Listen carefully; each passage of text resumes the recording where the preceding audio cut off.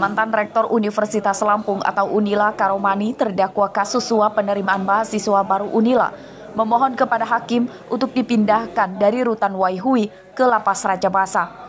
Hal itu diungkapkannya dalam sidang di Pengadilan Negeri Tanjung Karang pada Selasa siang.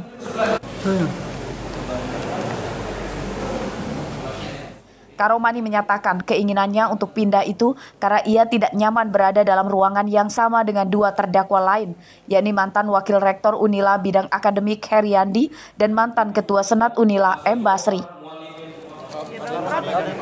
Kenapa minta pindah ya, Prof? Kenapa, Prof? Terkait permintaan pindah, Prof? Intimidasi apa gimana kita? Tidak. Nanti PH aja. Tapi nggak diintimidasi ya, Prof? PH aja.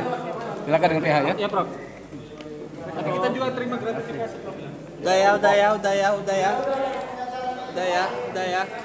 Terdakwa Karomani, Heriandi, dan M. Basri dititipkan ke rutan Waihui supaya memudahkan agenda persidangan.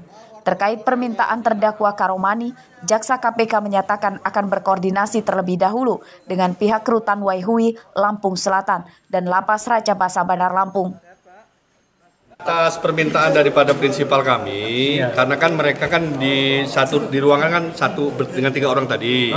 Sementara dalam materi perkara kan tadi kan sama-sama kita lihat ada saling keterangan yang berbeda, gitu loh. Jadi klien kami merasa tidak bebas di dalam nanti menyampaikan pembelaannya. Karena kan informasinya psikologisnya terganggu bagaimana, Bang? Kalau terganggu enggak tuh terganggu enggak. Keterangan yang berbeda yang Anda anggap itu seperti apa, Mas? Ya pastinya nanti pasti ada bedanya karena ada beberapa hal yang dakwaan itu kan yang tidak benar menurut klien saya. Seperti itu. Pada sidang perdana dengan terdakwa Karomani, Jaksa Penuntut Umum Komisi Pemberantasan Korupsi atau KPK mendakwa Karomani menyalahgunakan jabatannya sebagai rektor. Karomani menerima gratifikasi senilai 10 miliar rupiah yang diberikan secara bertahap oleh terdakwa Heriandi dan M. Basri. Arsadi Saputra melaporkan dari Bandar Lampung.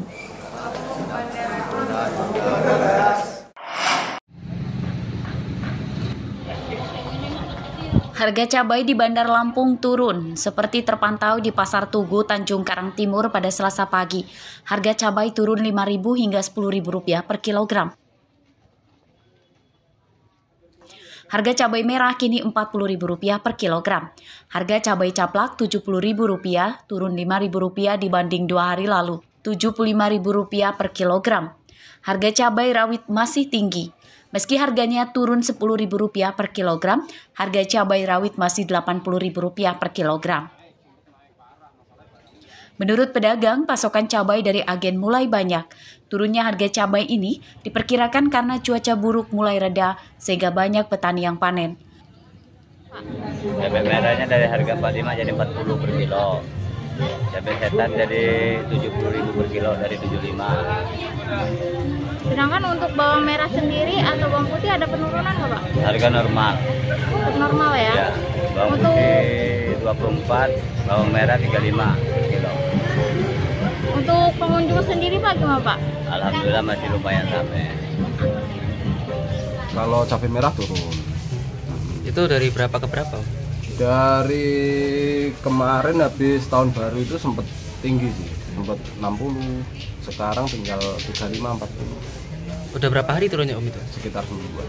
Semingguan. Serang-serang. Terus kalau untuk cabai yang lain gimana itu? Cabai yang lain, cabai rawit masih biasa. Masih mahal. Berapa itu maksudnya? Harganya cabai rawit itu 80.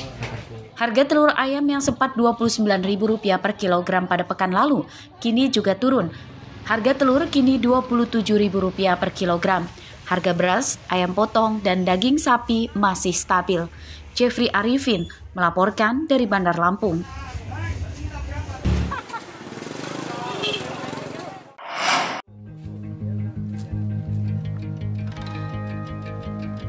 Porang, nama tumbuhan ini mungkin sedikit asing bagi Anda. Namun sebenarnya porang merupakan tanaman yang mudah ditemukan di kebun, khususnya di pedesaan yang memiliki suhu lembab seperti di Lampung Barat. Ya, tanaman ini kini mulai banyak dikembangkan oleh petani di Lampung Barat. Di antaranya adalah Ujang Beli dan Joko Purnomo. Dua petani di Desa Sukamarga, Kecamatan Suwo, Lampung Barat ini sudah sekitar 3 tahun menanam porang.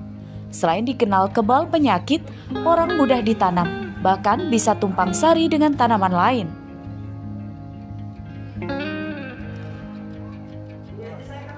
Di tingkat petani, harga porang Rp5.000 hingga Rp12.000 per kilogram. Harga tersebut selisih Rp2.000 dengan harga di pabrik yang menerima buah porang. Biasanya sih harga tertinggi dia di bulan 8, bulan 9 karena tingkat kadar air untuk porang ini dia udah lebih rendah, penyusutannya lebih kecil. Harga terendah untuk di pabrik itu 6-7 ribu. Nah sekarang harga puncak ini dia di 14.000. Karena dibanding dengan komoditas yang lain, untuk saat ini itu paling tinggi di porang. Selain perawatannya mudah, tentunya hasilnya juga cukup menjanjikan. Berapa memang sekarang harganya, Pak? Untuk saat ini harga umbi per kilonya 12.000. Untuk luas lahan kita sendiri berapa? Kalau di tempat saya ini setengah hektar. Porang atau yang juga dikenal dengan nama iles-iles merupakan tanaman umbi-umbian dari spesies Amorphopalus moelleri. Buah tanaman ini berada di dalam tanah mirip dengan tanaman talas. Manfaat porang untuk bahan baku tepung, kosmetik, penjernih air, dan jeli. Rosandi melaporkan dari Lampung Barat.